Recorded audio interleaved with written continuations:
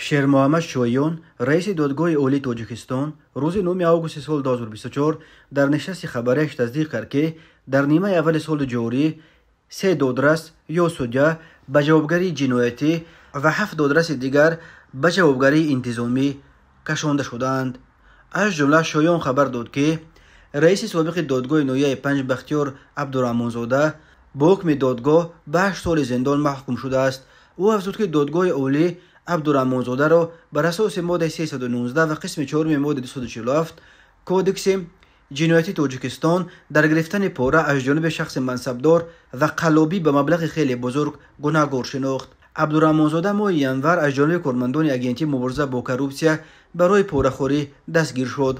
شیر محمد شویون خبر داد که همچنین علیمزاده حنیفه اکبر دادرس دادگاه شهر کولاب و مجیدزاده فردوس مجید دادرس دادگاه شهر ریوکند نیز به جوابگری جنایتی کشانده شده، یکی از آنها جریمه و یکی دیگر محکوم به زندان شده است.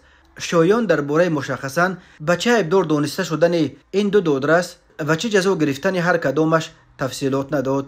قبلا با فرمانهای پرزیدنت بختیار عبدالرحمن زاده، فردوس مجیدزاده و حنیفه علیمزاده با دلیل بنابر صادر نمودن کرداری که شأن و اعتبار سودیا را پس میزند از وظیفه هایشان رانده شدند. پرزیدنت امامعلی رحمان با این تدبیر صادر نمودن کرداری که شأن و اعتبار سودیا را پس میزند رئیس دادگاه نویه شمس‌الدین شاهین ظاهر مومنزاده را نیز از وظیفه راند و طلب کرد که او را کاملا از نظام دادگاهی برانند. مومنزاده به آن ابدار می شود که روز 7 ایول در یک پاسگاه مرزی در درآمدگاه ولایت مختار کوهستان بدخشان یک سرباز مرزبان را لطوکوب کرده است. گفته می شد سبب به این سرباز خشم گرفتن رئیس دادگاه این بود که سرباز از نفری که در ماشین مومنزاده سوار بود حجت‌های تصدیق کننده شخصیتش را پرسیده است. سبب لحظه لطوکوب سرباز در رسانه‌ها نشر شد، ولی ظاهر مومنزاده باز هم ادعا دارد که ژورنالیستان این قضیه را واهمه کرده نشان دادند. شویون در نشست از مومنزاده مشخصاً نام نبرد، ولی گفت در نیمه اول سال جاری 7 دادرس به جوابگری انتظامی کشانده شدند.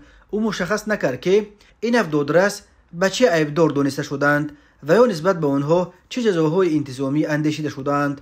دادگاه‌های تاجیکستان از نهادهای اعظم فسادزده در این کشور به شمار می‌روند. کارافتادگان میگویند بدون دادن پاره حل کردن یگان مشکل در دادگاه تاجیکستان به یک امر تقریبا ناممکن تبدیل یافته است. شیر محمد شویون از اپریل سال 2015 ریاست دادگاه اولی تاجیکستان را در دست دارد.